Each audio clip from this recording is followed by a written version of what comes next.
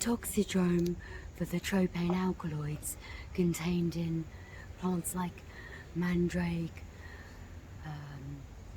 Belladona, henbane, etc. is mad as a hatter, and that refers to delirium that is caused at high doses. Hot as a hare, or hot as hell, and that refers to the redness and increased body temperature of the tropane alkaloids. Red as a beet refers to the flush face that light-skinned people might get if they overdose with tropane alkaloids. Dry as a bone refers to the sound you can hear of my voice, dry as a bone. Dry eyes, dry mouth, dry stomach secretions, and that indicates also how it's used medicinally. Blind as a bat, that refers to the way that the tropane alkaloids alter your vision, and when you go to the opticians they might drop an atropine like an anticholinergic drug into your eye so they can look into your eye properly. And these drops are called mydriatics, or when your pupils dilate it's called mydriasis. So these tropane alkaloids that are in datura, in this type of mandrake, etc., work by blocking the receptors of or for acetylcholine, and they're called anticholinergics, and the main ones are scopolamine, hyoscyamine and atropine. So here we have some more Mandragora officinarum fruits, and they do look a bit like tomatoes. They're in the same family, and they have these alkaloids, and potatoes have alkaloids, and like they say, if you eat green potatoes they're toxic, and one of the chemicals in this plant is scopolamine, and it's also called hyoscine or devil's breath, and it's used to dry up secretions before surgery.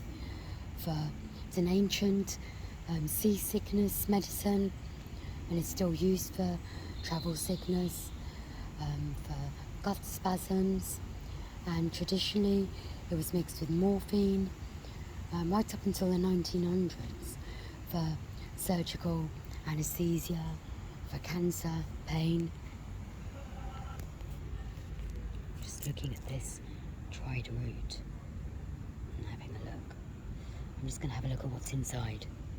There you can see inside it's got a soft pulp, and it's got seeds that look a bit like datura seeds, datura anoxia seeds. All of the tropane alkaloids collectively in this plant are called mandragorine, and they've been used in medicine historically. I'm going to move on to take you to some other tropane alkaloid containing plants and talk a bit about them.